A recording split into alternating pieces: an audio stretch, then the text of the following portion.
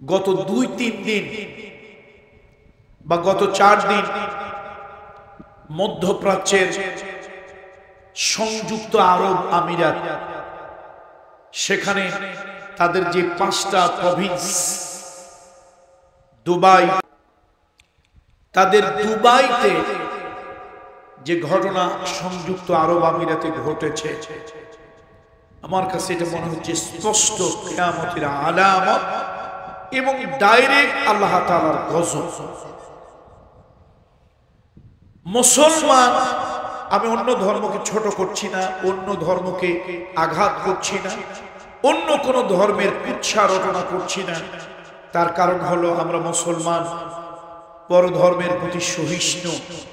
আমরা আল্লাহ প্রদত্ত জীবন ব্যবস্থা ইসলাম, যৌক্তিক ধর্ম ইসলাম, মানবিক ধর্ম ইসলাম, বৈজ্ঞানিক ধর্ম ইসলাম, অথেন্টিক ইসলাম, সায়েন্টিফিক ইসলাম, আমরা বাস্তব ইসলামের পক্ষের অথবা ইসলামের ধারক বাহক মুসলমান হলেও নবীজির আদর্শের কারণে আমরা কখনো অন্য ধর্মের লোকদেরকে আঘাত করি না।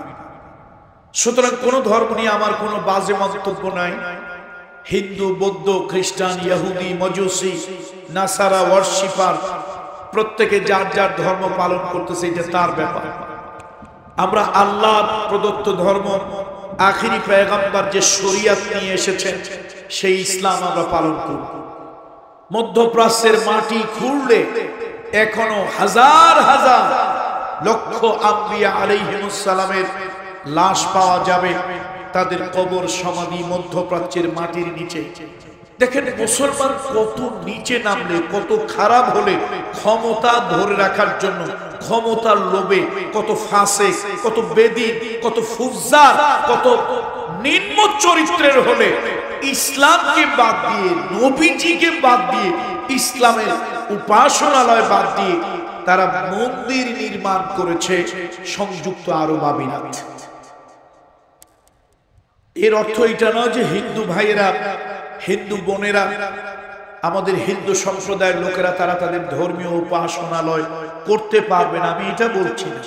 তার ধর্ম পালন করার জন্য তিনি তো হাজারটা লক্ষ কোটি মন্দির বানাতেই পারেন। কি বলেন আপনারা? বানাতে পারেন, তার সে অধিকার, মানুষের মানবিক অধিকার আছে। সে পূজা করুক, হাজারটা মন্দির বানাক, লক্ষ কোটি দেবতার সামনে মস্তক অবনত করুক, সে সেজদা করুক, উলুধ্বনি দেখ, এটা তার ব্যাপার। কিন্তু মুসলমান বলে যদি কেউ দাবি করে, সেই মুসলমান তো দেব দেবীর সামনে মাথা নত করতে পারে না, মূর্তির সামনে মাথা নত করতে পারে না, মূর্তি তৈরি করতে পারে না, কোন পূজালয়, কোন দেবালয় সে বানাতে পারে না। এই মুসলমানেরা একটু ক্ষমতা ধরে রাখার জন্য তারা বিশাল বড় মন্দির তৈরি করেছে এবং তাদের ওখানে যেন পর্যটক আসে, আকৃষ্ট করার জন্য এই কাজটা তারা করেছে।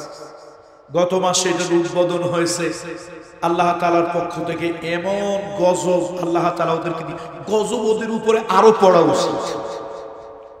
ওরা টাকা পয়সা পাইয়া যা অকাম কুকাম করে, আল্লাহ রহিম, আল্লাহ রহমান, আল্লাহ গফুর, আল্লাহ গফফার, আল্লাহ সাত্তারুল উয়ুব, আল্লাহ অনেক ধৈর্যশীল। ওরা যে অপকর্ম পাপ করে, ওদেরকে ফেরেশতা দিয়া সকালে 2টা লাথি, বিকাল বেলায় 2টা লাথি, রাতের বেলায় আরো 2টা লাথি দেওয়া দরকার ফেরেশতা দিতে। আল্লাহ যে দেয় না, এই তো আল্লাহর অনেক দয়া। রাসূলুল্লাহ সাল্লাল্লাহু আলাইহি ওয়াসাল্লাম বলেছেন, কিয়ামতের আগে মরুভূমি, মরুদ্যান, রুক্ষ শুষ্ক পোড়া আবহাওয়া, এই পাথর, এই পাহাড় সবুজ শ্যামলিকায় পরিণত হবে, নদ নদীর সৃষ্টি হবে। মধ্যপ্রাচ্যের স্যাটেলাইট থেকে যখন ছবি নেওয়া হয়, মধ্যপ্রাচ্যে গত কয়েক বছর ধরে এত বৃষ্টি হচ্ছে, অনেকে বলেছে 200-400 বছরের মধ্যে এত বাড়ি বর্ষণ হয়েছে, এটা কারো জানা নাই, রাষ্ট্রের কোনো রেকর্ড নাই। শুধু তাই নয়, সেই মরুভূমির শুষ্ক রুক্ষ দেশে যেখানে এক ফোঁটা পানি পড়ে না, সেখানে বৃষ্টির জন্য বন্যা হয়েছে। সেই বানের পানিতে কত মানুষ, কত গাড়ি, কত উট, কত ভেড়া ভেসে গিয়েছে, কত মানুষ আহত নিহত হয়েছে। মুসলমানের শিক্ষা যে কবে হবে আল্লাহই ভালো জানে। এ মুসলমান এখন ফুটবল হয়ে গেছে। এ লাথি মারে, ও হেড মারে, ও গুতা মারে, ও শট মারে, যা ইচ্ছা তাই করে। মুসলমান এখন গোটা দুনিয়ার ফুটবল, শুধু লাথি খাচ্ছে। মুসলমানের যা কাজ, মুসলমানের যা চরিত্র, লাথি আরো খাওয়ার দরকার। রাগ করতেছেন আপনারা আমার কথা? আমার প্রতি অসন্তুষ্ট হচ্ছে? মধ্যপ্রাচ্যের একটি দেশ ফিলিস্তিন, কি করুণ অবস্থা। সেই ফিলিস্তিনের উপরে যে বর্বরোচিত হামলা জালিম ইহুদিরা করেছে, ভালো করে শোনেন। আমি একজন মানবতাবাদী মানুষ। আমি কোন দেশ, যে ধর্মের হোক, কোন দেশের উপরে আক্রমণ করা, কোন দেশের উপরে আগ্রাসন চালানো, কোন দেশের উপরে জুলুম করা, কোন দেশের স্বাধীনতা সার্বভৌম ক্ষুণ্ণ করা, কোন মানুষের উপরে, যে ধর্মের হোক, কোন মানুষের উপরে আক্রমণ করা, আমি কামরুল ইসলাম সাঈদ ব্যক্তিগত আক্রমণ করার পক্ষে নই। আমি এগুলো সমর্থন করি না। শত্রুর দেশ হলো করি না, কাফেরের দেশ হলো করি না, অমুসলিমের দেশ হলো আমি কারো উপরে অন্যায়, অগ্রাসন, আক্রমণ, হামলা, তাদের অধিকার লুণ্ঠন করা ইত্যাদির পক্ষে আমি না। কিন্তু ইসরায়েল এই আধুনিক যুগে ফিলিস্তিনি মুসলমান নারী শিশুর উপরে যা করেছে, যা করেছে, যা করেছে, পৃথিবীতে যদি মানুষ থাকতো, পৃথিবীতে যদি মনুষ্যত্বওয়ালা মানুষ থাকতো, তাহলে এই ইহুদির বাচ্চাদের গোটা দেশটাকে কবরস্থানে পরিণত করে দেওয়া উচিত ছিল। গোটা দেশটারে কি বানায় দেওয়া দরকার ছিল? কবরস্থান বানিয়ে দেওয়া দরকার ছিল, গোরস্থান বানিয়ে দেওয়া দরকার ছিল। যা হোক, আল্লাহ তাআলা সে মুসলমানদের প্রতি রহম করুন। আল্লাহ তাআলা মুসলমানদের ঘুম থেকে জাগার তৌফিক দান করুন। আমার তো মনে হয় সারা দুনিয়ার মুসলমান জাতি ঘুমে আছে। দুঃখের কথা কি বলবো, ঢাকার বাইতুল মুকাররম মসজিদে, ঢাকার বাইতুল মুকাররম মসজিদে ফিলিস্তিনের মুসলমানদের পক্ষে প্রতিবাদ সমাবেশ। 4 পার্টি 4 জায়গা। কয় জায়গা? উত্তর গেটে এক পার্টি, দক্ষিণ গেটে এক পার্টি, পূর্ব দিকে দৈনিক বাংলার ওখানে এক পার্টি, পশ্চিম দিকে 0 পয়েন্টের ওখানে এক পার্টি। 4 টুপিওয়ালা 4 পার্টি ফিলিস্তিনের পক্ষে মিছিল দেয়, তাদের পক্ষে দাবি তোলে আর বলে, স্লোগান দেয়, দুনিয়ার মুসলিম এক হও। আরে গাধা মুসলিম, টুপিওয়ালা গাধা, দাড়িওয়ালা গাধা, জুব্বাওয়ালা গাধা, এই বাইতুল মুকাররমে মুসলমানের অধিকার নিয়ে 4 দল এক জায়গা হইতে পারিস নাই, আর তুই স্লোগান দেস দুনিয়ার মুসলিম এক। তোরা 4 দলই তো এক হইতে পারিস নাই, তো দুনিয়ার মুসলিম এক হবে কে? কয় দল হইছে? কয় দল? এক জায়গার দল হইছে 4টা। স্লোগান দেয় কি একটু বলেন তো? দুনিয়ার মুসলিম।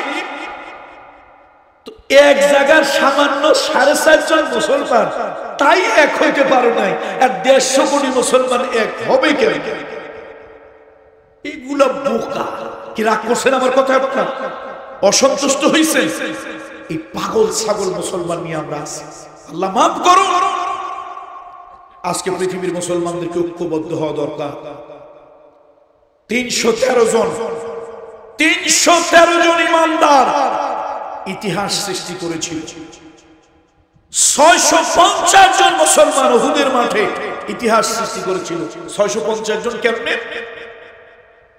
আব্দুল্লাহ ইবনে জুবাইরের নেতৃত্বে 50 জন ছিল তীরন্দাজ পাহাড়ের উপরে, কিন্তু মূলত যুদ্ধ করেছে মাত্র 650, আর 300 মুনাফিক নিয়ে ভেগে গিয়েছিল আব্দুল্লাহ ইবনে উবাই ইবনে সুলুল। তাহলে 650 মুসলমান।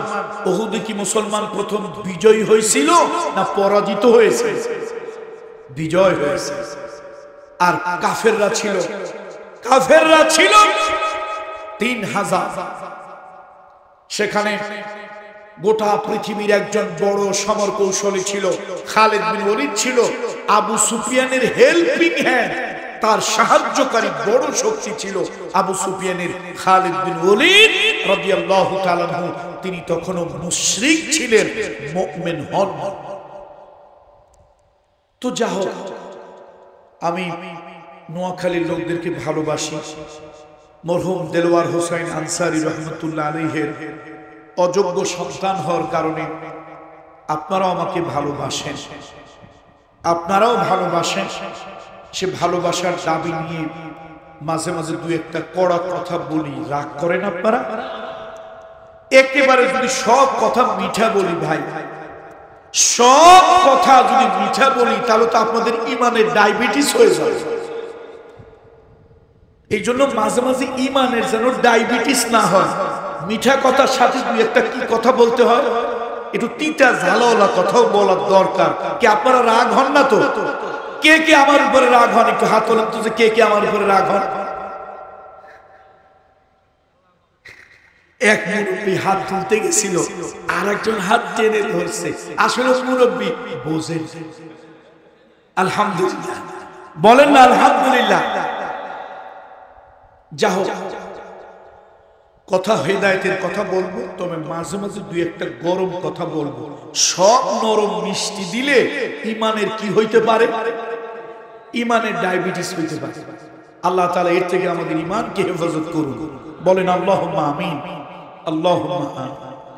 ভাই, দুঃখে কথা বলতে হয়, বাংলাদেশে টুপিওয়ালা দাড়িওয়ালা মুসলমান আছে, নামে মুসলমান আছে, তবে নাস্তিক মুরতাদ বেশি আছে, ইসলাম বিদ্বেষী বেশি আছে। শোনেন, গত ফেব্রুয়ারি মাসে আমি সফর করেছিলাম সাউথ কোরিয়া। তো কোরিয়াতে যাব, চিন্তা করলাম টুপিওয়ালা দাড়িওয়ালা পাঞ্জাবি নিয়ে যাব।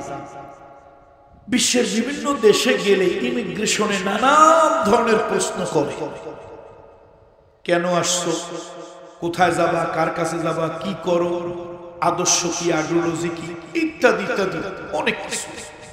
তো চিন্তা করলাম কোরিয়া কুত্তা খাওয়ার দেশ, সাপ ব্যাং খাওয়ার দেশ, যাব ওখানে।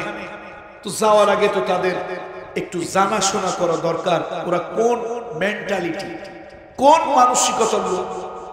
তো আমি ওখানে কিছু লোকজনদেরকে ফোন করলাম এবং গুগল থেকে নানান কিছু আমি সার্চ দিয়ে জানা শুরু করলাম। তো মোটামুটি বুঝলাম ওখানে যে পপুলেশন, তাদের মধ্যে মোস্ট অফ দেম তারা নাস্তিক। নাস্তিক বোঝেন তো? স্রষ্টা, সৃষ্টিকর্তা, পরকাল, hereafter, resurrection, day of the judgement, এগুলোতে তাদের বিশ্বাস নেই। চিন্তা করলাম, যেহেতু ওরা অধিকাংশ নাস্তিক, কিছু আছে বুদ্ধিস্ট, তারপরে কিছু অন্যান্য ধর্মের আছে, সামান্য ফিউ নাম্বার আছে মুসলমান।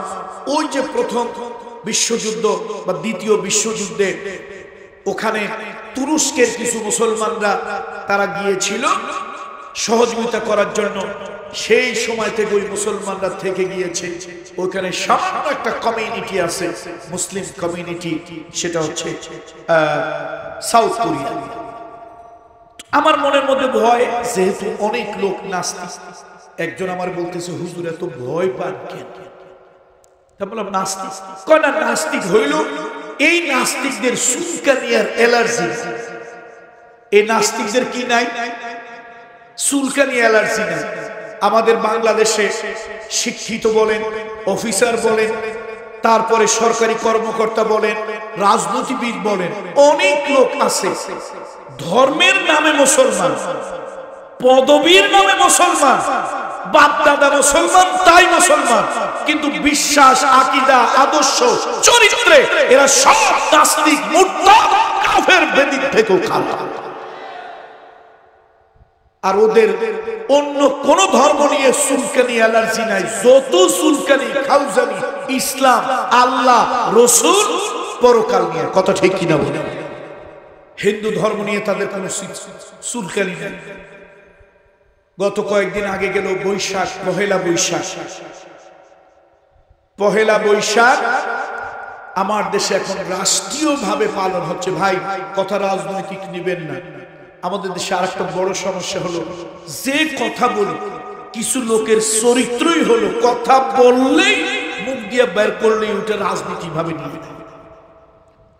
পহেলা বৈশাখ পালন করব কি করব না এটা আমার ব্যাপার। কোন বৎসর পালন করা হারাম নয়, নাজায়েজ নয়, নিষেধ নয়, আকীদার পরিপন্থী নয়। আমার প্রয়োজনে তো আমি বৎসর পালন করতেই পারি না।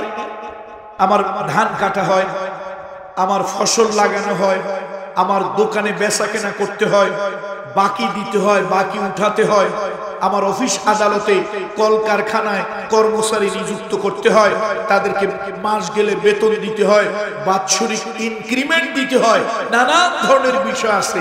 সুতরাং আমি যে কোনো একটা বৎসর পালন করতেই পারি, এটা হারাম নয়, নাজায়েজ নয়। কিন্তু আমার ইসলাম বলে ভালো করা, মন্দ করা, কল্যাণ করা, অকল্যাণ করা, এটা একমাত্র আল্লাহর দ্বারা সম্ভব। কার দ্বারা সম্ভব?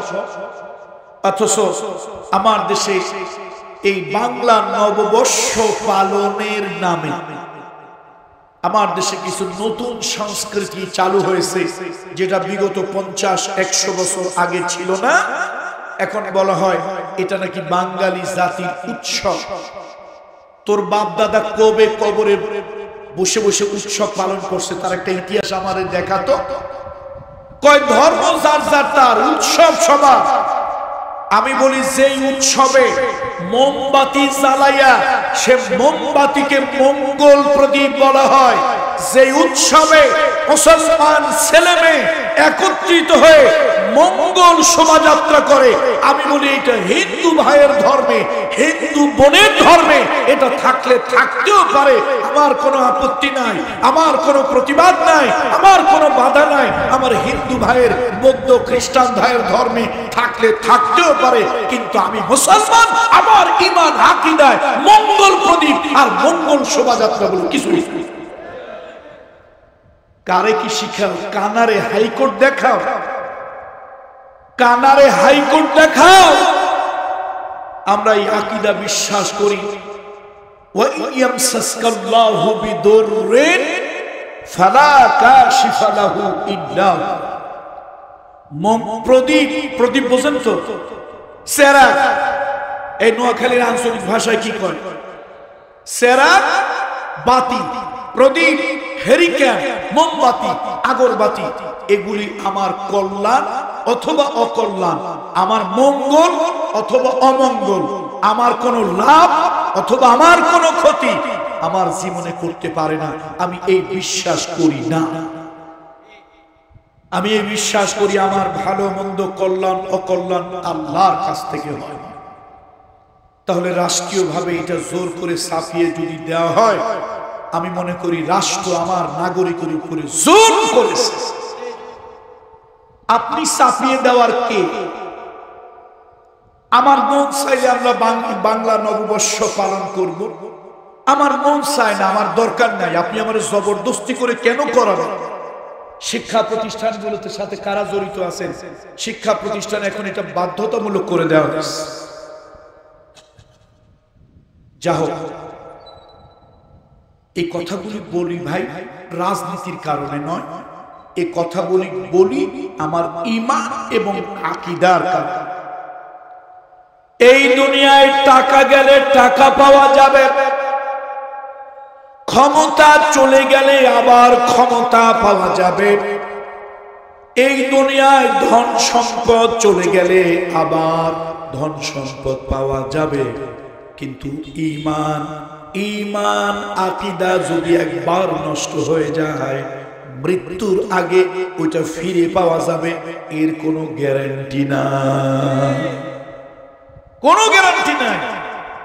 এজন্য আসুন আজকে সূরা বারাআত বা সূরাতুত তাওবা থেকে দুই টুকরা আয়াতে কারিমা তেলাওয়াত করেছি। 23 এবং 24 নম্বর আয়াতে কারিমা কান খুলে শোনেন। আল্লাহ তাআলা আপনাদেরকে একটা মেসেজ দিয়েছে। সেই মেসেজটা কি? আল্লাহ তাআলা বলেন, ফাতারাব্বাসু হাত্তা ইয়াতি আল্লাহু বিআমরিহি, তোমরা আল্লাহর ফয়সালার অপেক্ষায় থাকো, তোমরা আল্লাহর সিদ্ধান্তের অপেক্ষায় থাকো। এটা দিয়ে বোঝানো হয়েছে তোমরা আল্লাহর গজবের জন্য অপেক্ষা করো। কয়েকটা কাজ যদি তোমরা করো তাহলে তোমরা আল্লাহর গজবের জন্য অপেক্ষা করো। আল্লাহর গজব অবধারিত তোমাদের উপরে আসবেই আসবে। সবাই বলেন নাউযুবিল্লাহ। আমরা কেউ কি আল্লাহ তাআলার গজব চাই? আমরা কেউ কি আল্লাহ তাআলার গজব কামনা করি? বলেন নাউযুবিল্লাহি মিন যালিক। আমরা আল্লাহর ফয়সালা, আল্লাহর গজব আমরা চাই না। 23 নম্বর আল্লাহ আয়াতে আল্লাহ তাআলা কি বলেন? ইয়া আইয়ুহাল্লাযীনা আমানু লা তাত্তাখিযু আবাআকুম ওয়া ইখওয়ানাকুম আউলিয়া ইন ইসতাহাব্বুল কুফরা আলাল ঈমান। ও বিশ্বাসীরা, ও ঈমানদারেরা, ও মুসলমানেরা, লা তাত্তাখিযু, তোমরা গ্রহণ করিও না, তোমরা কবুল করিও না তোমাদের বাবা, তোমাদের ভাই, আউলিয়া, বন্ধু, অভিভাবক হিসেবে গ্রহণ করিও না যদি তারা ঈমানের পরিবর্তে কুফরিকে ভালোবাসে। ঈমানের পরিবর্তে আপনার ভাই, আপনার বাবা, আপনার অভিভাবক, আপনার মুরব্বী, আপনার দল, আপনার নেতা, আপনার নেত্রী, আপনার পীর, আপনার হুজুর, এরা যদি ঈমানের পরিবর্তে কুফরিকে প্রাধান্য দেয়, খবরদার তাদেরকে ওলি হিসাবে, অভিভাবক হিসাবে, মুরব্বী হিসাবে, গার্ডিয়ান হিসাবে গ্রহণ করবে। কথাটা কার কথা? কি কামরুল ইসলাম সাঈদের না কথা আল্লাহ? আল্লাহর কথা। ভাই, মুরব্বী বাবাজিরা, বড় ভাইরা, স্পষ্ট হয়ে যাবে আপনি টুপিওয়ালা দাড়িওয়ালা হলেই যে ইমানদার তা নয়। মুসলমানের ঘরে জন্মগ্রহণ করলেই আপনি ইমানদার তা নয়। তাহলে পয়গম্বর নূহ আলাইহিস সালামের ঘরে জন্মগ্রহণ করে তার সন্তান কেনা কাফের হতো না, কাফেরের ঘরে ইমানদার হতে পারতো না, ইমানদারের ঘরে কাফের হতে পারত।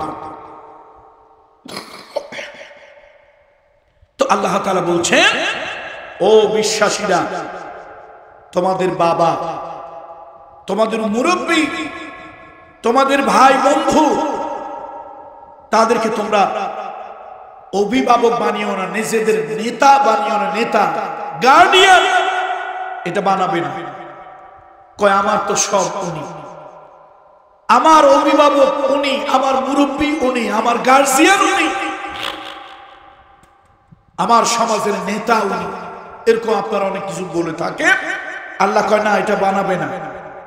যদি ইনিস্তাহাব্বুল কুফরা আলাল ঈমান, যদি তাদের কাছে, ওই বাপের কাছে, ওই নেতার কাছে, ওই ভাইয়ের কাছে, ওই লিডারের কাছে, ওই ক্যাডারের কাছে, এলাকার ওই মুরব্বীর কাছে যদি আল্লাহর দ্বীন, আল্লাহর দ্বীন যদি তাদের কাছে ভালো না লাগে, আল্লাহর ইসলাম যদি ভালো না লাগে, আল্লাহর দ্বীন ও বিধান দিয়ে তারা যদি নিজেদেরকে পরিচালনা না করে, এমন লোককে তোমার অভিভাবক, তোমার মুরব্বী, তোমার গার্জিয়ান তুমি বানাইও না। আল্লাহ নিষেধ করতেছে।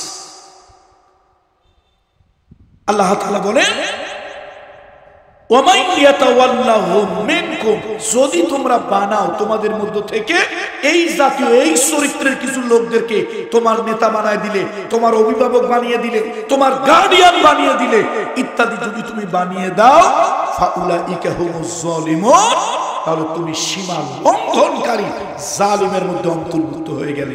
বলেন না নাউযুবিল্লাহ। কথা কার? আল্লাহ। এবার আল্লাহ তাআলা বলেন,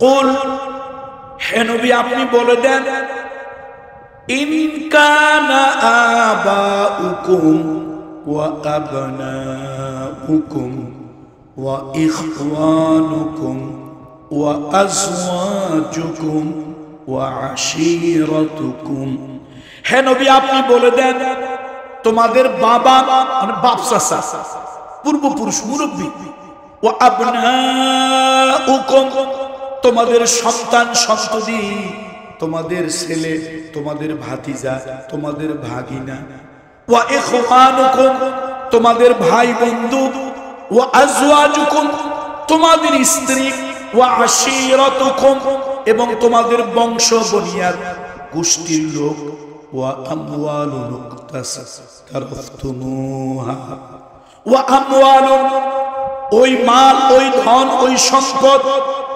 ইকতারাফতুমুহা যা তোমরা অর্জন করেছো, ওয়া তিজারাতুন তাখশাউনা কাসাদাহা যে ব্যবসা করতেছো ওই ব্যবসার মন্দা হয়ে যাবে। বাজারে তোমার দোকান আছে, তুমি যদি সত্যের পক্ষে থাকো, উল্লুক মিয়া ভাল্লুক মিয়ারে তুমি যদি লিডার না বানাও, ব্যবসা বন্ধ হয়ে যাবে। তুমি যদি অমুক ক্যাডার, অমুক লিডার, অমুক অস্ত্রবাজ, অমুক সন্ত্রাসীরে বড় ভাই না বানাও, তোমার বাজারের ব্যবসা বন্ধ হয়ে যাবে। যেই বাড়িতে আসো ওই বাড়িতে রাতের বেলায় তোমাকে ঘুমাতে দেবে না, তোমার সমাজে থাকতে পারবে না।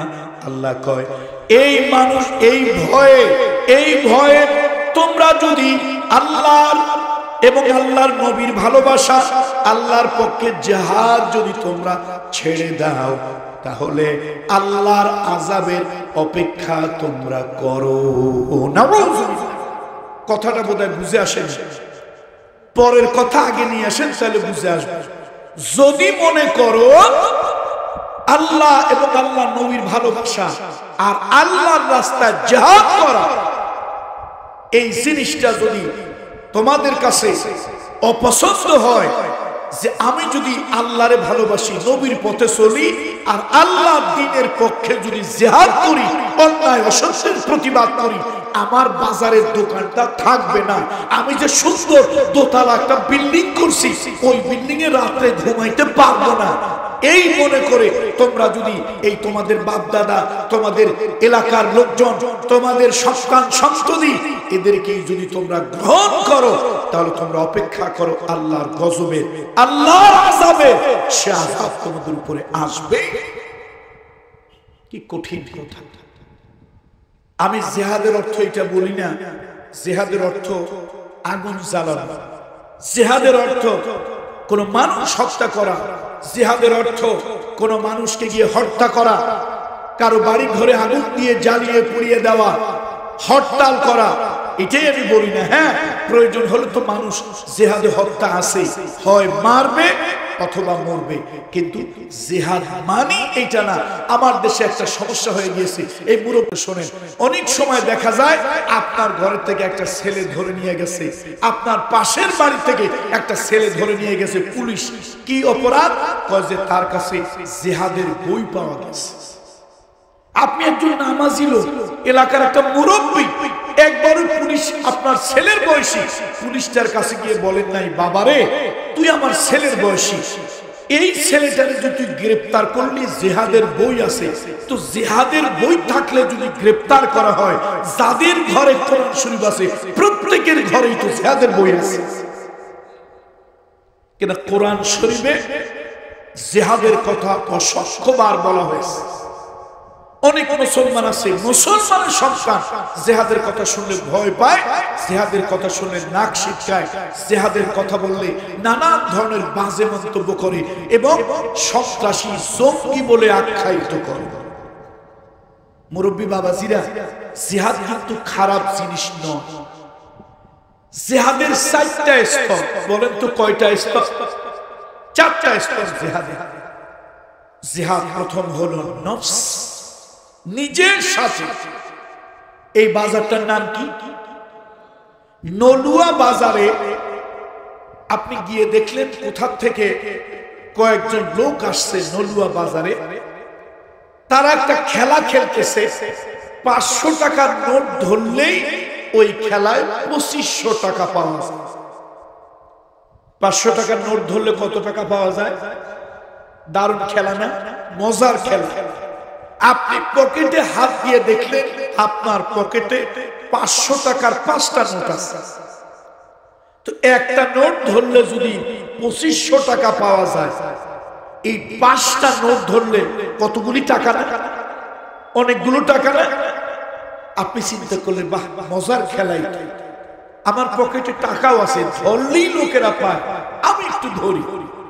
চিন্তা করে পকেটের মধ্যে হাতটা ঢুকাইয়া টাকা একটা বের করে ওই খেলার ওই জায়গায় রাখবেন। হঠাৎ আপনার মনে হলো কোরআন শরীফের কথা। কোরআনে আল্লাহ তাআলা বলেছে মদ, জুয়া, এটা আল্লাহ তাআলা মুসলমান ইমানদারের জন্য হারাম করেছে। মদ আর জুয়া আল্লাহ কি করেছে? হারাম করেছে। আপনি চিন্তা করলেন 500 টাকা ধরলেই 2500 টাকা, এটা তো স্পষ্ট জুয়া। 500 টাকায় 2500 কেন? 25 লক্ষ টাকাও যদি পাওয়া যায়, আমি আল্লাহকে ভয় করি, পরকালকে ভয় করি, নবী মুহাম্মদ রাসূলুল্লাহকে বিশ্বাস করি, আমি মুসলমান, আমার দ্বারা এই জুয়া খেলা সম্ভব নয়। আচ্ছা, এখন এই কাজটা আপনি কি করছেন বলেন তো? এই কাজটা, এই যে মাশাআল্লাহ, যিনি কে বলছেন? আপনি বলছেন। কি নাম আপনার? হ্যাঁ, আল্লাহ তাআলা হাফেজ শাহ আলম সাহেবকে নেক হায়াত দান করুন। আল্লাহ তাআলা তাকে উত্তম সম্মানে কিয়ামতের ময়দানে সম্মানিত করুন। এই যে কাজটা করছেন, এটার নাম জিহাদ। বলেন তো এটার নাম কি? জিহাদ। আচ্ছা, এই জিহাদটা যদি না করতেন, নগদ কড়কড়া 2500 টাকা আপনার সামনে লোকেরা পাচ্ছে, আপনি 2500 কেন 25 লক্ষ টাকা হলেও এই খোটে টাকা ধরবেন না, এই বলে ডিটারমাইন্ড হয়েছে, মন স্থির করেছেন, তাহলে এখানে আপনি নফসের সাথে জিহাদ করেছেন। কি করেছেন? নফসের সাথে জিহাদ করেছেন। আচ্ছা বলেন তো, জিহাদটা ভালো না খারাপ? এই ছাত্র বন্ধুরা কারা আছো, তোমাদের তো এখন দলের ঠিক নাই। ওরে বাবা, এই যুগের পোলাপানের কাছে তখন কথাই বলা যাবে না। যাবে কেমনে? ওরা ডিজিটাল যুগের পোলাপান। এই ভাদাইমা কপাল পোড়াপুরি, ঘুমাইতে ঘুমাইতে হয় রাত শেষ, ঘুম থেকে উঠতে উঠতে হয় দিন শেষ। এই ভাদাইমা কপাল পোড়াগুলার দুশ্চিন্তায় বাপমার জীবন শেষ। এদেরকে বলা হয় ডিজিটাল পোলাপান। কি কোন যুগ এখন? যুগটা কোনটা? ডিজিটাল যুগ। এই যুগের পোলা পারলে তো কিছু বলে, আগেকার দিনে মুরব্বীরা একটা কিছু বলে ইজ্জত মানিয়ে যেতে পারছেন। এখন আমরা হুজুর হই, আলেম হই, পীর হই, মৌলানা সাহেব হই। এই যুগের কিছু বেয়াদব উচ্ছৃঙ্খল কিছু ছেলে ফেলে আছে, হক কথা, সত্য কথা, কোরআনের কথা, যৌক্তিক কথা, দামি কথা, একমাত্র ওদের রাজনৈতিক কথা ছাড়া কোনো হক কথা বলে ইজ্জত সম্মান নিয়ে বাড়ি যাওয়ার কোনো সুযোগ নেই। তাহলে আমি যুবকদের কাছে জিজ্ঞেস করি, চিনছেন তো? যুবকদের পরিচয় পাইছেন? ডিজিটাল যুগের পোলাপান। ঘুমাইতে ঘুমাইতে, কথা কয় না, ঘুমাইতে ঘুমাইতে রাত শেষ, ঘুম থেকে জাগতে জাগতে এদের দুশ্চিন্তায় বাপমা জীবন শেষ। সেদিন একজন বলতেছিল, হুজুর কি জমানায় আসছি, আগেকার যুগের পোলাপান ছিল মেধাবী, আগেকার যুগের পোলাপান ছিল মেধাবী, মননশীল, সৃষ্টিশীল। আর কি যুগ আসলো হুজুর, কথা কইতে পারি না। পোলাপান এক একটা দেখলে মনে হয় 13 মসজিদের ক্ষতি, জুমা পায় না এক জায়গাও। এই ভাদাইমা কপাল পোড়াগুলো একটাও রাত 2টা, 2:30, 3টা ছাড়া ঘুমাই নাই।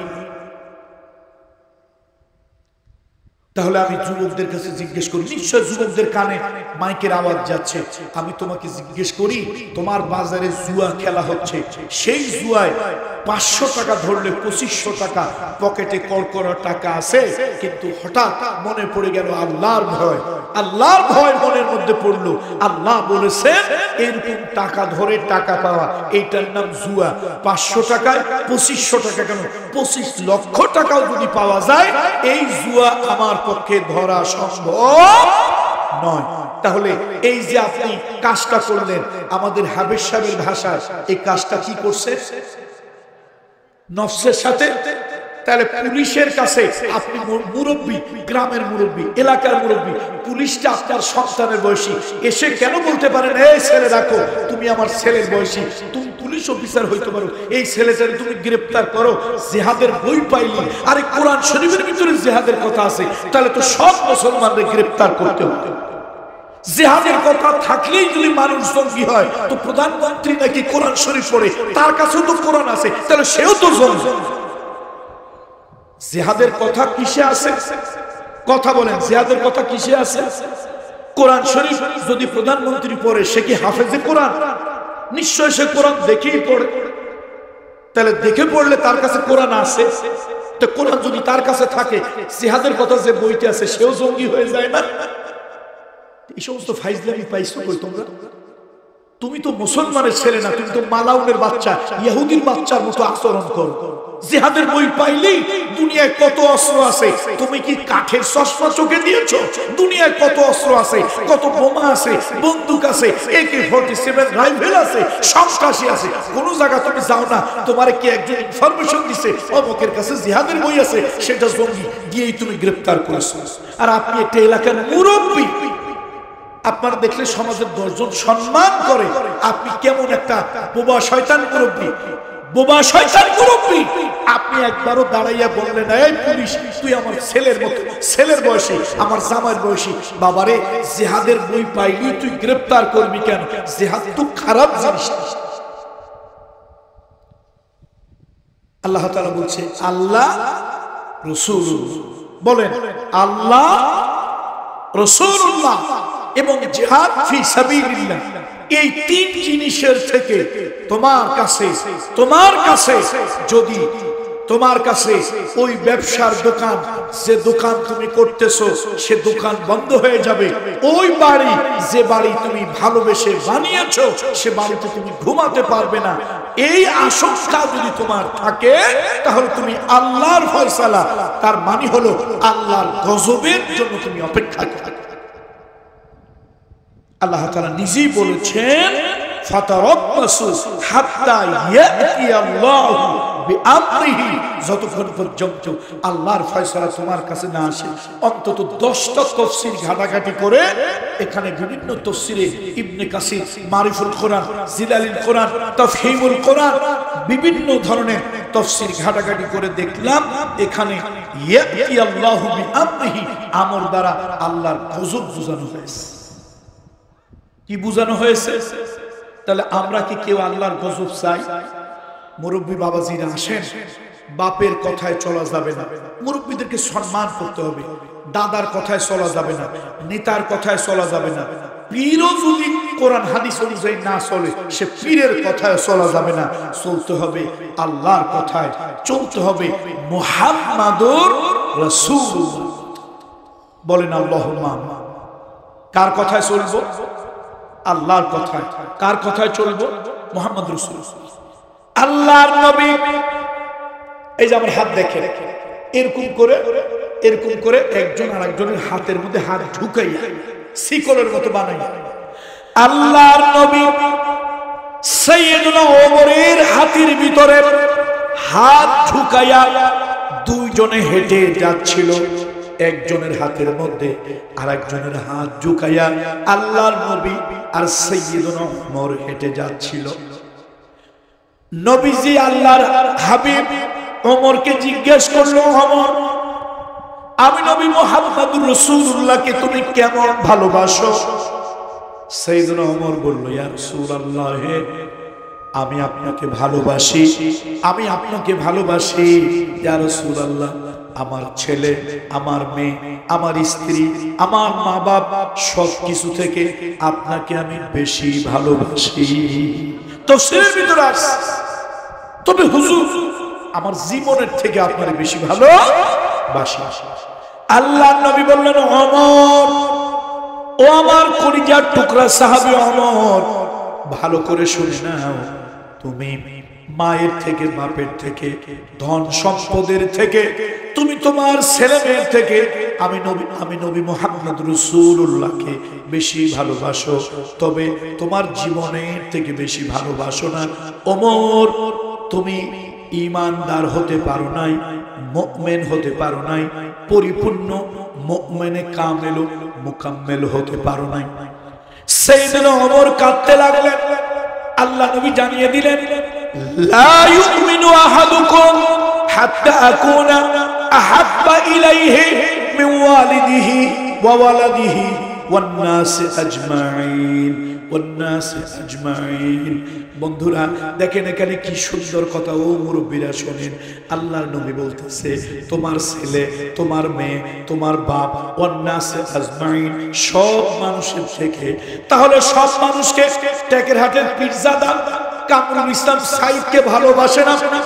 তার আপনি ভক্ত। কামরুল ইসলাম সাইদকে যত ভালোবাসেন আল্লাহর নবীকে তার থেকে বেশি ভালোবাসবেন।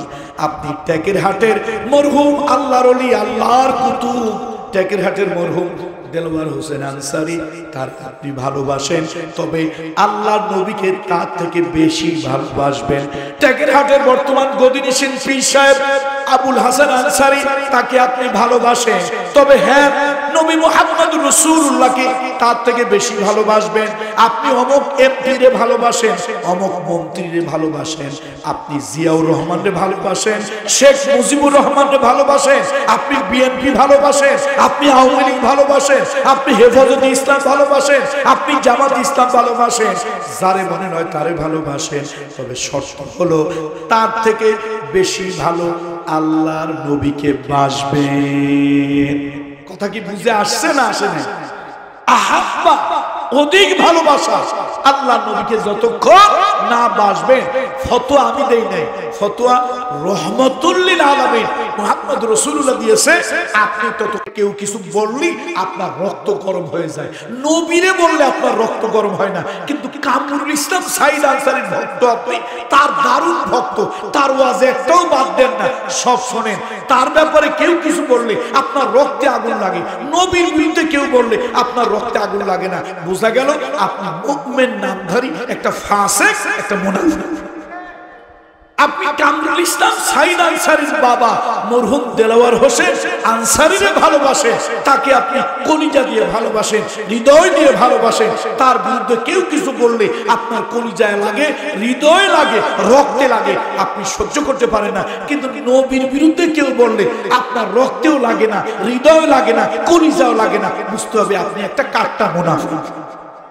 আপনি জিয়াউর রহমানকে ভালোবাসেন, জাতীয়তাবাদী আন্দোলনকে ভালোবাসেন, আপনি শেখ মুজিবুর রহমানকে ভালোবাসেন, ধর্ম নিরপেক্ষ মতবাদকে ভালোবাসেন, কিন্তু তাদের বিরুদ্ধে কিছু বললে আপনার কলিজায় জ্বলে, রক্তে জ্বলে, আপনার চেতনায় জ্বলে, আপনি উত্তেজিত হন, আপনি রাগ হন। কিন্তু নবীরে কেউ আঘাত করলে আপনি উত্তেজিত হন না, কলিজায় লাগে না, দিলে আঘাত লাগে না। বুঝতে হবে বিনা দলিলে আপনি একটা কাট্টা মুনাফিক।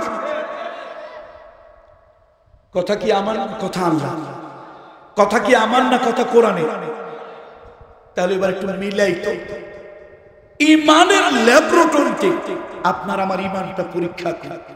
আপনি ভালোবাসেন কামরুল ইসলাম সাইদ আনসারীকে, ভালোবাসেন টেকেরহাটের মেজো হুজুরকে ভালোবাসেন, অসুবিধা নাই। আপনি পীর সাহেবকে ভালোবাসেন, মৌলানা সাহেবকে ভালোবাসেন, ইমাম সাহেবকে ভালোবাসেন, হেফাজত ইসলাম ভালোবাসেন, জামাত ইসলাম ভালোবাসেন, আওয়ামী লীগ ভালোবাসেন, বিএনপি ভালোবাসেন, জাসদ ভালোবাসেন, অসুবিধা নাই। কিন্তু ইমানের কাছে এই ভালোবাসা যদি ইমানের থেকে, ইসলামের থেকে, নবীর থেকে, দ্বীনের থেকে, ইমানের থেকে, আকীদার থেকে বেশি হয়ে যায়, আল্লাহর কসম, আল্লাহর কসম, আল্লাহর কসম, তুই নামধারী, ভেলধারী, পোশাকধারী, আস্ত ডাইরেক্ট একটা মনে। তুই তোর নাম যা ইচ্ছা তাই রাখ, অসুবিধা নাই। তুই তোর নাম যা ইচ্ছা তাই রাখ, অসুবিধা নাই। আল্লাহর খাতায়, ইমানের খাতায়, ফেরেশতার খাতায়, পরকালের খাতায়, আখিরাতের খাতায় তোর নাম মুমিন মুসলমান হিসেবে ওঠে। রাগ করতেছেন ভাই? বলে এই মেজো হুজুরে এত ভালোবাসি, এই মেজো হুজুরকে এত ভালোবাসি, হুজুর এত কড়া কথা, সত্য কথা কয়। এ ভাই, আপনারা আমারে ভালোবাসেন আমি জানি, এই ভালোবাসার দাবি নিয়ে আমি কড়া কথা বলেছি, না হলে বলতাম।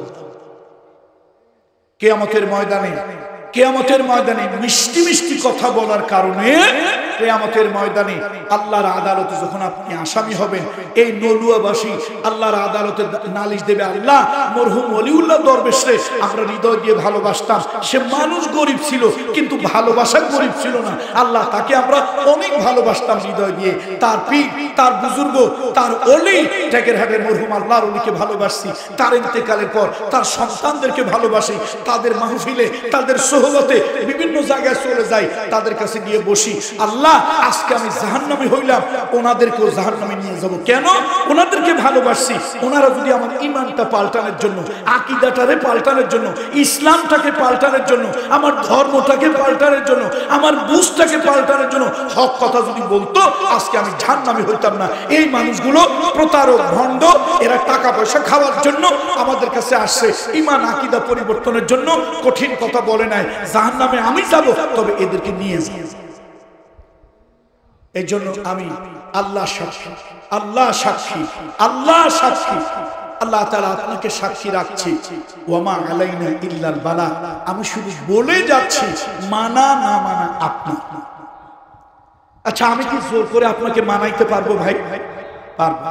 সুতরাং আসেন, আপনি ভালোবাসেন টেকেরহাটের মেজো হুজুরকে ভালোবাসেন, টেকেরহাটের পিসা হুজুরকে, গদিনিশীল পিসা হুজুরকে ভালোবাসেন, মরহুম টেকেরহাটের আল্লাহর ওলিকে ভালোবাসেন, অন্য কোন পীর ভালোবাসেন, দাওয়াতে তাবলীগকে ভালোবাসেন, হেফাজত জামাত ইসলামকে ভালোবাসেন, আওয়ামী লীগকে ভালোবাসেন, আমার জাতির মহান নেতা, মহান স্থপতি বঙ্গবন্ধু শেখ মুজিবুর রহমানকে ভালোবাসেন, আমার জাতির বীর মুক্তিযোদ্ধা, সম্মুখ সমরের একজন লড়াকু সৈনিক জিয়াউর রহমানের ভালোবাসেন, আমার জাতির প্রতিবাদী কণ্ঠ মাওলানা আব্দুল হামিদ খান ভাসানীকে ভালোবাসেন, আমার জাতির বীর মুক্তিযোদ্ধা, কর্ণধর বীর মুক্তিযোদ্ধা, তার কর্ণধর সেই এম.এ.জি. ওসমানীকে ভালোবাসেন, সরওয়ার্দীকে ভালোবাসেন। আমি নিষেধ করি না, কিন্তু ভালোবাসাটা যেন আল্লাহ এবং রাসূলুল্লাহ, দ্বীন, ইসলাম, আকীদার পরিপন্থী হলে এই ভালোবাসার থেকে ওই ভালোবাসাটা আপনার কাছে যেন প্রাধান্য পায়, আপনার কাছে যেন ঈমানের চেতনা জেগে ওঠে, আকীদার চেতনা জেগে ওঠে, আমলের চেতনা জেগে ওঠে, ইসলামের চেতনা জেগে ওঠে, তাহলেই আপনার ঈমান সফল, না হলে আপনার ঈমান ব্যর্থ। আজকে দুর্ভাগ্য মুসলমানের দেশে। এ মুসলমান, তোমার দেশের নাস্তিকরা সজাগ আর তুমি ঘুমে। তোমার দেশের নাস্তিক সজাগ, তুমি ঘুমে। কি আপনারা জেগে আছেন না ঘুমিয়ে আছেন? জেগে নাই, মিথ্যা কথা বলবেন না। আপনারা ঘুমিয়ে আছেন, তাই যদি না হবে, দেশে ট্রান্সজেন্ডার হয়েছে, ট্রান্সজেন্ডার হচ্ছে, ছেলেরে মেয়ে বানায় দিচ্ছে, মেয়েকে ছেলে বানায় দিচ্ছে। গত কয়েকদিন আগে একটা নাটক বের করেছে, আজকে আবার দেখলাম সে নাটক নাকি প্রতিবাদের কারণে অনলাইন থেকে প্রত্যাহার করেছে। মুসলমানের দেশে ওরা এই সাহসটা পায় কোথায়? এই চোর ঘরে ঢোকার আগে কিছু টেস্ট করে, ঢিলা মারে, আওয়াজ দেয়, বাড়ির কুত্তাটা সজাগ কিনা, বাড়ির মুরব্বীটা সজাগ কিনা, বাচ্চাটা সজাগ কিনা। বাড়ির মানুষ গভীর ঘুমে থাকলে চোরের চুরি করতে সুবিধা হয়, বাড়ির মানুষের ঘুম হালকা হলে, পাতলা হলে, সজাগ থাকলে চোর তার কাঙ্ক্ষিত চুরি করতে পারে না। আমার দেশের নাস্তিক মোরতাদ চোরগুলি মাঝে মাঝে ঢিল মারে, তুমি ইমানদার কি ঘুমায় আসো না তুমি ইমানদার জেগে আসো? ওরা টেস্ট করে। আমার তো মনে হয় দেশের 14 কোটি মুমিন মুসলমান ঘুমিয়ে আছে, সজাগ। ট্রান্সজেন্ডার হবে, লিঙ্গ পরিবর্তন। আমি ছেলে, আমি বললাম না আমি ছেলে না, আমি মেয়ে। গিয়ে ঘরে একটা শাড়ি পরলাম, চুড়ি পরলাম, কপালে একটা টিপ লাগাইলাম, আপনার বউর কাছে, আপনার মেয়ের কাছে শুনতে চাইলাম। আপনি বললেন না না অসুবিধা নাই, সে তো মেয়ে, মেয়ের মতোই স্বভাবে মেয়ে, ট্রান্সজেন্ডার।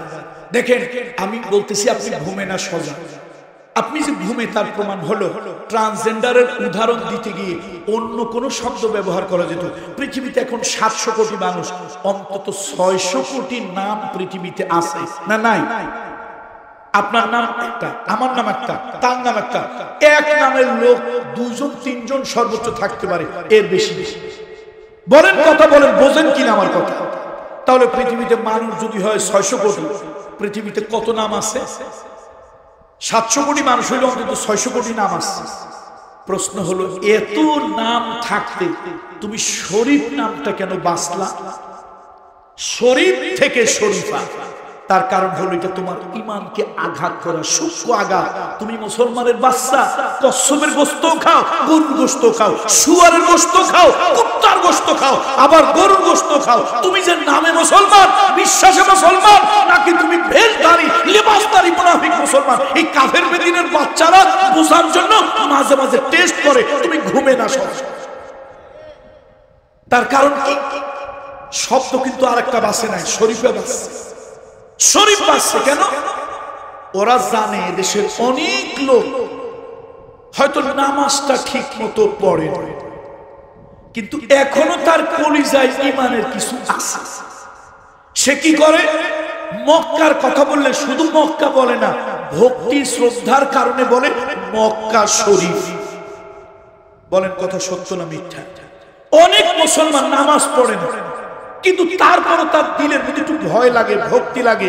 মদিনার কথা বললে শুধু মদিনা বলে না, বলে মদিনা শরীফ।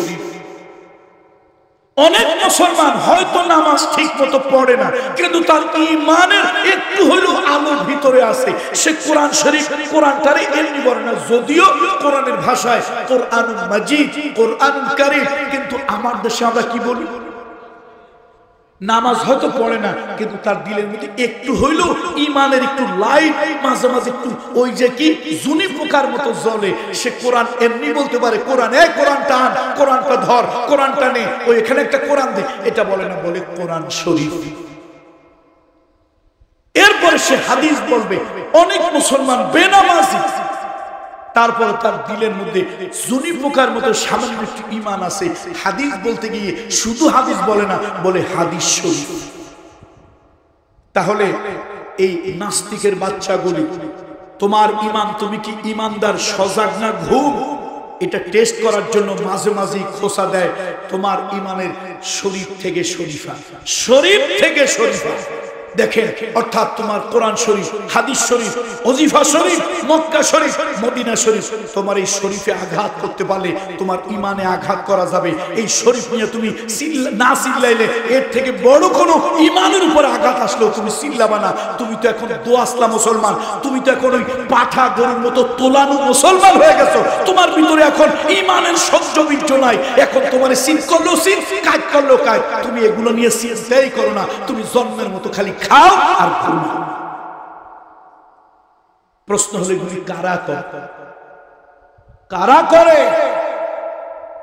আল্লাহর নাম নিয়ে, ঈমানের নাম নিয়ে, নবীর নাম নিয়ে এই বাসলামি, এই ফাইজলামি কারা করে? আর আমরা কিছু করতে গেলে কিছু লোকের চেতনা খাড়া হয়ে যায়। এই নলুয়ার মুসলমান, পহেলা বৈশাখ উপলক্ষে কিশোরগঞ্জে হাওড়ের ভিতরে মিঠামাইন থেকে 14 কিলোমিটার পর্যন্ত আলপনা আঁকা হয়েছে। শোনেন নাই আপনারা? কত কিলোমিটার? 14 কিলোমিটার আলপনা করা হয়েছে পহেলা বৈশাখ উপলক্ষে। সেই আলপনা আঁকতে প্রায় 9 কোটি টাকা খরচ হয়েছে। আমার প্রশ্ন মুসলমানের কাছে, হুজুররা কিছু করলেই হুজুরদের দোষ। পরিমণি বিবাহ পরে হয়, বাচ্চা পেটে আগে ঢুকায়, পরিমণি স্বামী স্ত্রীর সার্টিফিকেট লাগে না। মামুনুল হক দ্বিতীয় বউ নিয়ে রিসোর্টে গেলে অসভ্য জাতি আগে তার কাছে সার্টিফিকেট চায়। বিয়ে করিয়ে কি মানুষ সার্টিফিকেট পকেটে নিয়ে ঘুরে বেড়ায়? এটা হলো রাজনৈতিক প্রতিহিংসা। গত পরশুদিন দেখলাম আব্দুল সালাম যুক্তিবাদী নামে এক মৌলানা সাহেব এ বিষয়ে কথা বলতে গেছে। এই মুসলমান নামধারী এক কুলাঙ্গার, মুসলমান নামধারী এক কুলাঙ্গার। আরে মুসলমানের ভিতরে এখন কিছু শয়তান সন্তান পয়দা হয়েছে, এগুলা কাফের বেদিন কুকুর শুয়ারের থেকে নিকৃষ্ট হয়ে গেছে।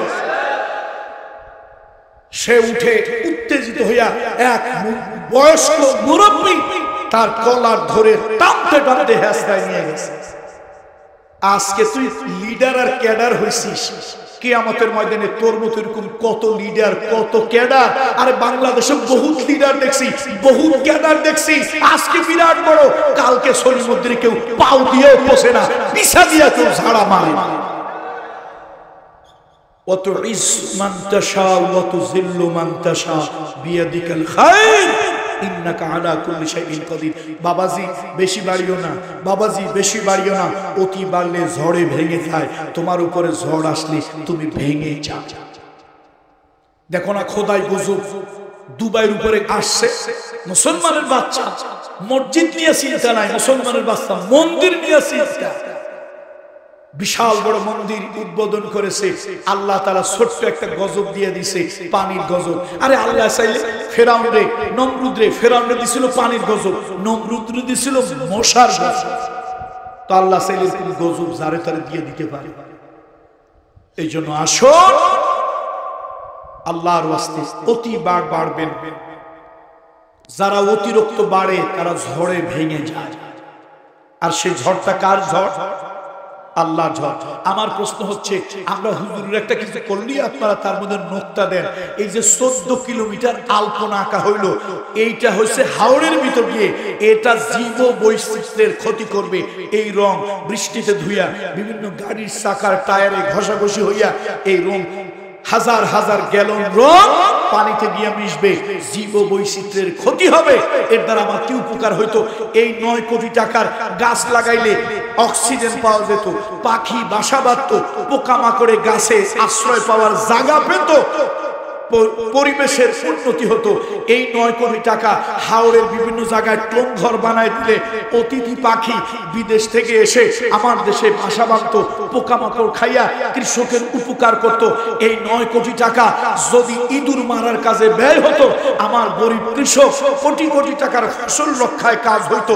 এই 9 কোটি টাকা দিয়া হাওড় এলাকায় যদি ছোট্ট একটা হাসপাতাল ক্লিনিক তৈরি করতে হতো, সেখানে আপনার ফ্রি চিকিৎসা দেওয়ার জন্য দাতব্য চিকিৎসালয়, একজন ডাক্তার রেখে 2 জন নার্স রেখে কিছু ইকুইপমেন্ট, মেডিকেল সায়েন্টিফিক কিছু ইকুইপমেন্ট দিয়ে সেখানে 9 কোটি টাকা দিয়ে ভালো একটা হাসপাতাল বানানো যেত, গরিব মানুষ উপকৃত হতো।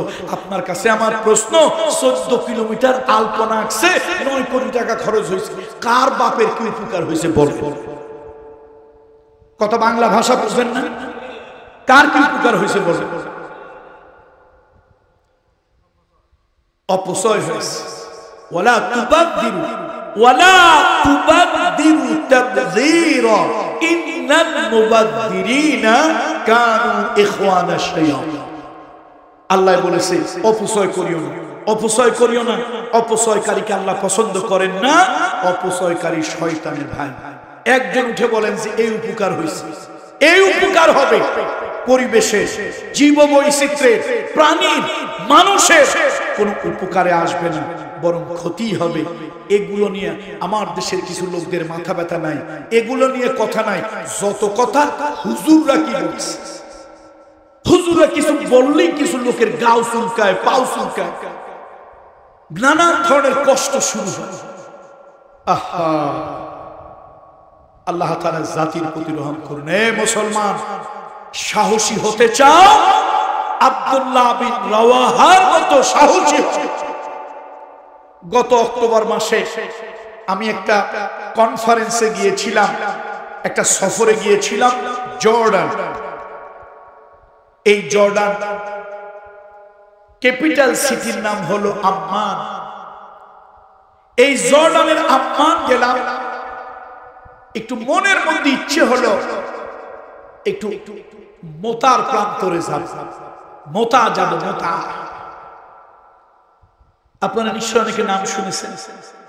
রোমকদের বিরুদ্ধে মুহাম্মদ রাসূলুল্লাহর গরিব 3000 সাহাবী, ওই বিশ্বের, ওই যুগের, ওই শতাব্দীর সব থেকে সুপার পাওয়ার রোমকদের সাথে লড়েছিল যেখানে, এই জর্ডানের ক্যাপিটাল সিটি আম্মান, রাজধানী Amman, 125 kilometre approximate idea 125 kilometre দূরে এই মোতা নামক প্রান্তরে মিলিত হয়েছে।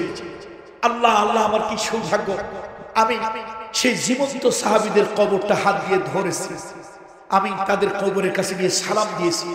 আমার যে কি আবেগ হয়েছে আমি বুঝাইতে পারবো। আমি কি আসমানে না জমিনে, আমি কি বেঁচে আছি না মরে গেছি, আমি বুঝাইতে পারবো। কেন? সেই কবরের কাছে, যেই কবর রাসূলুল্লাহর পালক পুত্র যায়েদ বিন হারিসা, আল্লাহর নবীর চাচাতো ভাই, কুরাইশ বংশের সন্তান, আবু তালেবের সন্তান, সেটা তিনি হলেন জাফর বিন আবি তালিব। এই জাফর বিন আবি তালিব শুয়ে আছেন মোতার প্রান্তরে। এই 1 কিলোমিটারের একটু কম, আধা কিলোমিটারের একটু বেশি, সেখানে শুয়ে আছে। যুবকরা তোমরা একটু শোনো ভাই, এই আমার বন্ধুরা যুবকরা তোমরা যারা আছো, ছোট ভাইরা, ভাগিনা, ভাতিজারা যারা আছো, একটু দয়া করে শোনো। টকবগে তরুণ চেহারার যুবক, গোটা মদিনা শরীফের মধ্যে হাতে গোনা 2-3 জন সুদর্শন সুন্দর চেহারা, টকবগে তরুণ সুঠামদেহী যুবক, দেখলেই অন্যরকম মনে হয়। আজকালকার যুগে পোলাপানেরা কয় ক্রাশ, কয় মাইয়াটা বড় ক্রাশ, পোলাটা বড় ক্রাশ। ক্রাশ কি জিনিসটা বুঝি না, ছেলে ফেলেরা ডিজিটাল যুগের বল। এই যুবকদের ক্রাশ, যুবতীদের ক্রাশ আব্দুল্লাহ বিন রাওয়াহা।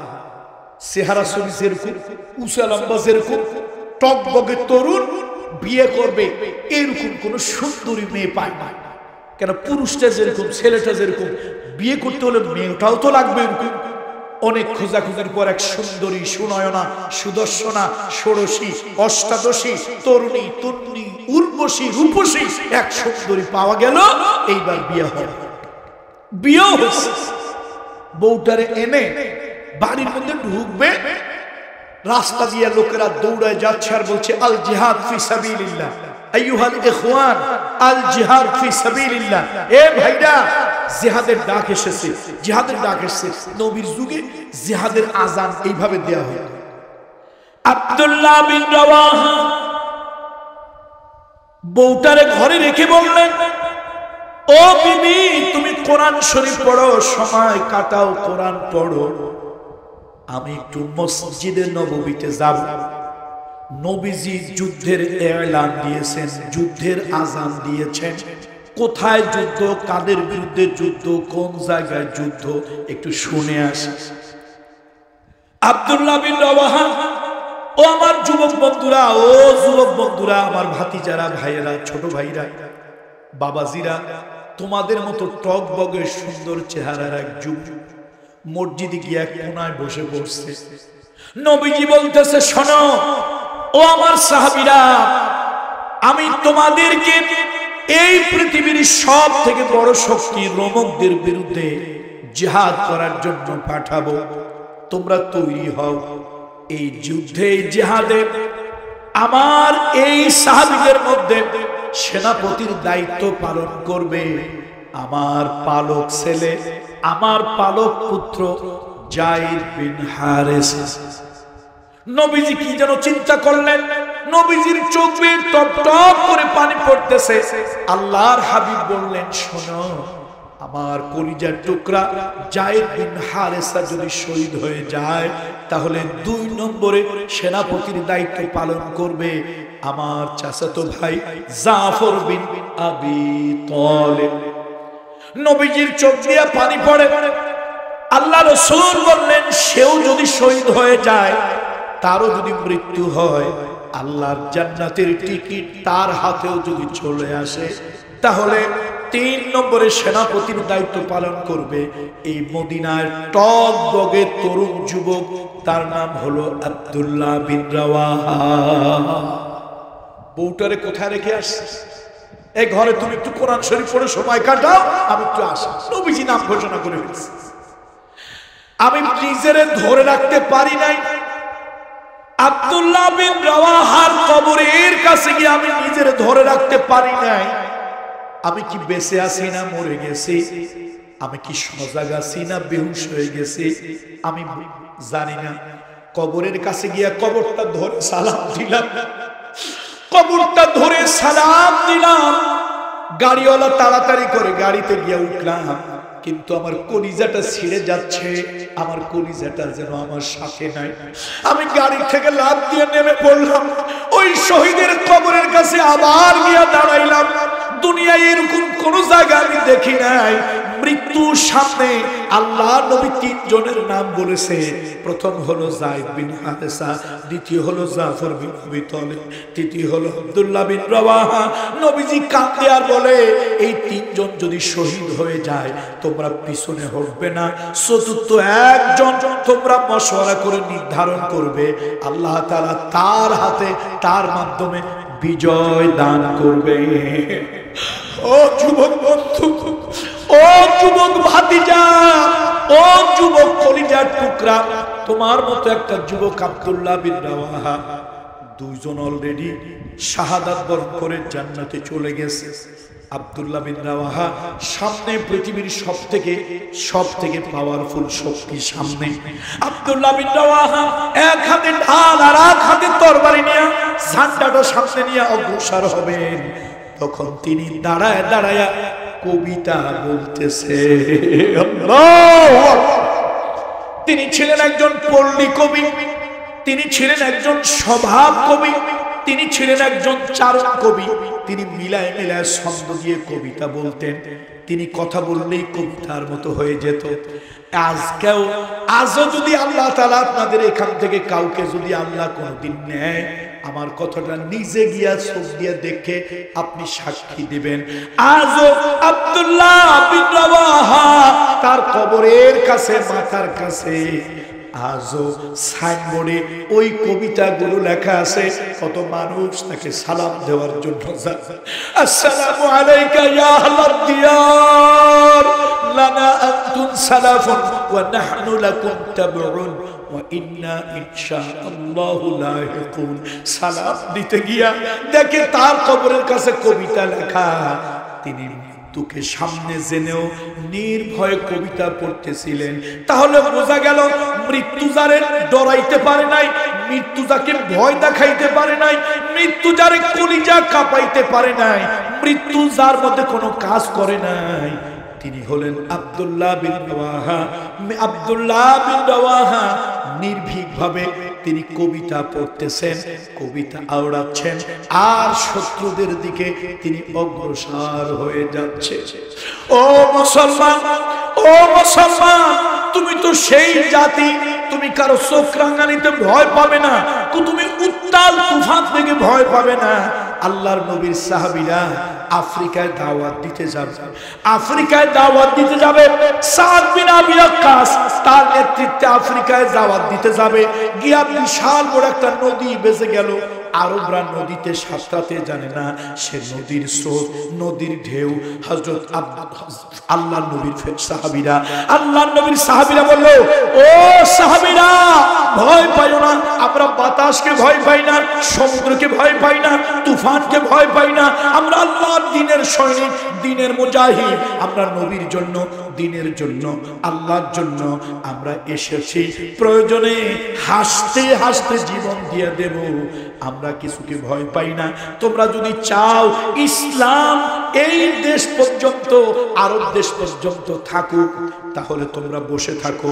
আর তোমরা যদি চাও ইসলাম আফ্রিকার দেশেও চলে যাবে, তাহলে ভয় পাইও না। যার যার যা কিছু আছে নদীর মধ্যে ঝাঁপায় পড়ো, নদীর মধ্যে স্রোত, নদীর মধ্যে ঢেউ। একবার মরার ভয়, জীবনের ভয়, মৃত্যুর ভয়, ঘোড়ার ভয়, মাল সামানোর ভয়, কোনো ভয় পেল না। সবাই ঝাঁপায় পড়লো, নদীটারে সাঁতরাইয়াও পার গেল। আল্লাহর নবীর সাহাবী হযরত সাদ বিন আবি ওয়াক্কাস বলতেছে, ও মুজাহিদেরা, কত সবাই আসলো নাকি কেউ ডুবে মরলো, সবাই আসলো না কেউ হারিয়ে গেল? সবাই বলল আমরা আসছি, সব মাল পাইছি। একজন বলল আমার যে পানি খাই ওই পানির বাটিটা, ওই পানির বাটিটা তো আমি পাচ্ছি না, স্রোতে যেন কোথায় নিয়ে গেছে। সাদ বিন আবি ওয়াক্কাস বললেন না, হতে পারে না, আমরা তো আল্লাহর দ্বীনের সৈনিক, আল্লাহর দ্বীনের মুজাহিদ, আমাদের কোনো কিছু কেউ কেড়ে নিতে পারে না। আমরা তো আমাদের প্রয়োজনে নয়, দ্বীনের প্রয়োজনে, আল্লাহর দ্বীনের প্রয়োজনে যাচ্ছি। আমার মন বলে এই পানির বাটি তুমি নদীর পারে ফেরত পাবে। যেই না নদীর পারে সবাই গেল, গিয়া দেখে ঢেউ বাড়ি দিয়া দিয়া পানির পাত্রটারে নদীর কিনারে উঠাই দিয়েছে। বন্ধুরা আমার চলে গেল আফ্রিকার গভর্নর গ্রেগিয়াস, তার কাছে গিয়া বলল আমরা আসছি ওই জাজিরাতুল আরব থেকে, আমরা আসছি মুহাম্মদ রাসূলুল্লাহ লাস্ট প্রফেট, শেষ নবী, তার উম্মত, আমরা আসছি দ্বীনের দাওয়াত, কালেমার দাওয়াত, তৌহিদের দাওয়াত দেওয়ার জন্য। আমরা একটু থাকার জায়গা চাই। আফ্রিকার গভর্নর গ্রেগিয়াস তার লোকজন নিয়ে বুদ্ধি করলো এই মুসলমানদেরকে যেন শিয়ালে খায়, কুকুরে খায়, বাঘে খায়, সিংহে খায়, মুসলমানদের সঙ্গে আমরা জিহাদ করব না, যুদ্ধ করব না। এই মুসলমানদেরকে সাপে কাটবে, মশায় কাটবে, বাঘে খাবে, সিংহে খাবে, ভাল্লুকে খাবে, হায়নায় খাবে, মুসলমান মরে যাবে, জিহাদের কোনো দরকার নাই। যাও ওই আফ্রিকার জঙ্গলের পাশে একটু থাকার জায়গা দাও। তাদেরকে জায়গা দেখাই দেওয়া হলো। এবার সাদ বিন আবি ওয়াক্কাস লোকজন নিয়ে মাটি কাটলেন, মাটি কাটা বড় একটা উঁচু জায়গা বানাইলেন, মাটি দিয়া উঁচু একটা মিনার তৈরি করলেন। ওই মিনারের উপরে তিনি দাঁড়াইলেন, জঙ্গল সামনে রেখে ওই উঁচা মাটির উপরে দাঁড়াইয়া একটা ভাষণ দিলেন, ইয়া আইয়ুহাল হাশারাতু ওয়াস সিবাউ নাহনু আসহাবু রাসূলুল্লাহি সাল্লাল্লাহু আলাইহি ওয়াসাল্লাম ফাইন্না নাজিলুন। ও জঙ্গলের হিংস্র প্রাণী, ও জঙ্গলের বাঘ ভাল্লুক, ওই জাজিরাতুল আরব থেকে ইসলামের দাওয়াত নিয়ে আমরা আসছি। আমরা হইলাম আখিরি পয়গম্বর হাবিবে কিবরিয়া মুহাম্মদুর রাসূলুল্লাহর উম্মত। আমরা এখানে দ্বীনের দাওয়াত দেব আমাদের নিরাপত্তার স্বার্থে। তোমরা এখান থেকে চলে যাও, এখান থেকে সরে যাও। আফ্রিকার গভর্নরের, আফ্রিকার সরকারের লোকজন মনে মনে হাসে, এগুলা হলো পাগল, এগুলা হলো পাগল। পাগল যদি না হবে জঙ্গলের প্রাণীর কাছে তারা ভাষণ দেয়, লেকচার দেয়। এই যে পাগল বলল মুসলমানদেরকে, একটু সময় পার হতে হতে তারা দেখলো সাপ, বিচ্ছু, সিংহ, হায়না, শ্রীগাল যার যার নিজের নিজের দল নিয়া, লোক নিয়া লাইন ধরে ধরে এলাকা ছেড়ে অন্য এলাকায় চলে যাচ্ছে মুসলমানদেরকে দ্বীনের দাওয়াত দেওয়ার জন্য, মুজাহিদদের জিহাদ নির্বিঘ্নে করার জন্য এলাকাটা নিরাপদ বানিয়ে চলে গেছে। আমার সালমান ভয় পাও কেন? তুমি অন্যায়ের বিরুদ্ধে কথা বলবে, অসত্যের বিরুদ্ধে কথা বলবে, তাগুতের বিরুদ্ধে কথা বলবে, জালিমের বিরুদ্ধে কথা বলবে, জুলমের বিরুদ্ধে কথা বলবে।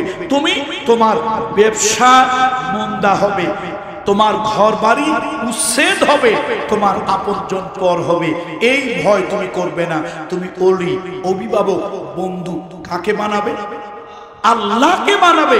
আর আল্লাহ যদি তোমার বন্ধু হয় তাহলে মাল্লাহুল মাওলা ফালাহুল কুল, আল্লাহ যদি তোমার হয় সব তোমার হবে।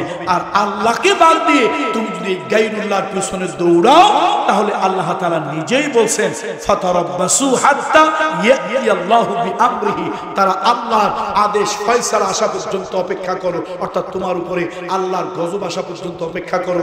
আজ হোক কাল হোক গজব তোমার উপরে আসবে। ফিলিস্তিনের মুসলমান মার খায়, তুমি সেদিকে দেখো না। তুমি একটা বাসার, একটা চরিত্রহীন, টাকা দিয়ে অনেক কিছু করেছো, আল্লাহর গজব আজকে তোমার দেশের এয়ারপোর্ট ডুবাই দিয়েছে, তোমার দেশের গাড়ি ভাসায় দিয়েছে, তোমার উপরে আল্লাহর গজব পড়েছে। তোমার কোন টাকা আজকে কাজে আসে নাই, আল্লাহর গজব আসবে। সুতরাং যারাই আল্লাহর বাদ দিয়ে গায়রুল্লাহর দিকে যাবে, আল্লাহকে আমার গজবের অপেক্ষা করো। দেশের উপরে, ব্যক্তির উপরে, পরিবারের উপরে, মানুষের উপরে গজব আমি দেব। কার উপরে কখন দেব এটা বুঝবা না। আমার গজব আসার অপেক্ষা করো, না হলে এখন চরিত্র পাল্টাও। আমরা সবাই যেন আমাদের চরিত্র পাল্টাইয়া ভালো মানুষ হতে পারি, সে তৌফিক আল্লাহ তাআলা দান করুন। আলহামদুলিল্লাহ এই মাহফিলটা মরহুম ওলিউল্লাহ সাহেব দরবেশ সাহেব আমার বেশি ভালোবাসতেন, আমার উনি বেশি ভালোবাসতেন। আল্লাহ, আমি মরহুম ওলিউল্লাহ দরবেশ সাহেব কি যে ভালোবাসা পাইছি। আমি তো মেজো ভাই, বাপের মেজো সন্তান, টেকেরহাটের মরহুম আল্লাহর ওলির মেজো সন্তান। আমি যে কি ভালোবাসা পেয়েছি আমি সে মানুষগুলোর ভুলতে পারি না। আজও তাদের চেহারা চোখ বন্ধ করলেই আমার সামনে সেই হাসি মাখা চেহারাগুলো আমাকে কোলে নিয়েছে, আমাকে কোলে নিয়েছে, আমাকে আদর করেছে, আমাকে স্নেহ করেছে। বিভিন্ন কিছু ছোটবেলায় আমি ছোট, আমাকে বিভিন্ন ধরনের খাবার, লজেন্স, বিস্কিট, অনেক কিছু ওলিউল্লাহ দরবেশ সাহেবকে কেউ দিলে অথবা আব্বার খাদিম হিসাবে তাকে দিলে সে আমাকে দিত। এই যে একটা ভালোবাসা, আজকে সে মানুষটা নাই। তিনি গরিব ছিল, তবে অনেক মানুষ আপনারা তাকে ভালোবাসতেন।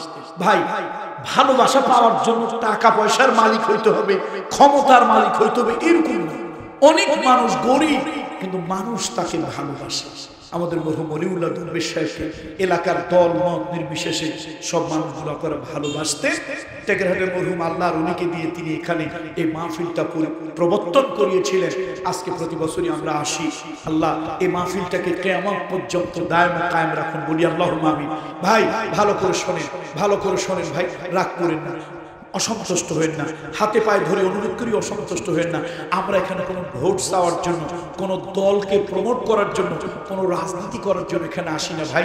আমরা আসি কোরআন হাদিসের নূর দিয়া এলাকার অন্ধকার দূর করার জন্য, কোরআন হাদিসের আলো দিয়া মুর্দা কলম, মুর্দা দিলগুলি জিন্দা করার জন্য। এছাড়া ভাই আমাদের অন্য কোন উদ্দেশ্য নয়। আপনাদের এলাকায় এসে চেয়ারম্যান নির্বাচন করব, এমপি নির্বাচন করব, হয়তো ধানের শীষ নৌকা মার্কায়, লাঙ্গল দাড়িপাল্লা মার্কায় দাঁড়াবো, আপনারা আমাদেরকে ভোট দেবেন, এই উদ্দেশ্যে আপনাদের এলাকায় আসি না ভাই। সুতরাং ভুল ভাববেন না, শত্রু মনে করবেন না, বন্ধু মনে করবেন, ভালো মনে করবেন, কল্যাণকামী মনে করবেন। আদ-দীনু আন-নাসিহা, আদ-দীনু আন-নাসিহা, দিন হলো মানুষের কল্যাণ কামনা করা। আমি প্রথম কল্যাণ কামনা করি এই এলাকার সব মুর্দেগানদের কবরের আযাব আল্লাহ তাআলা আরশের মালিক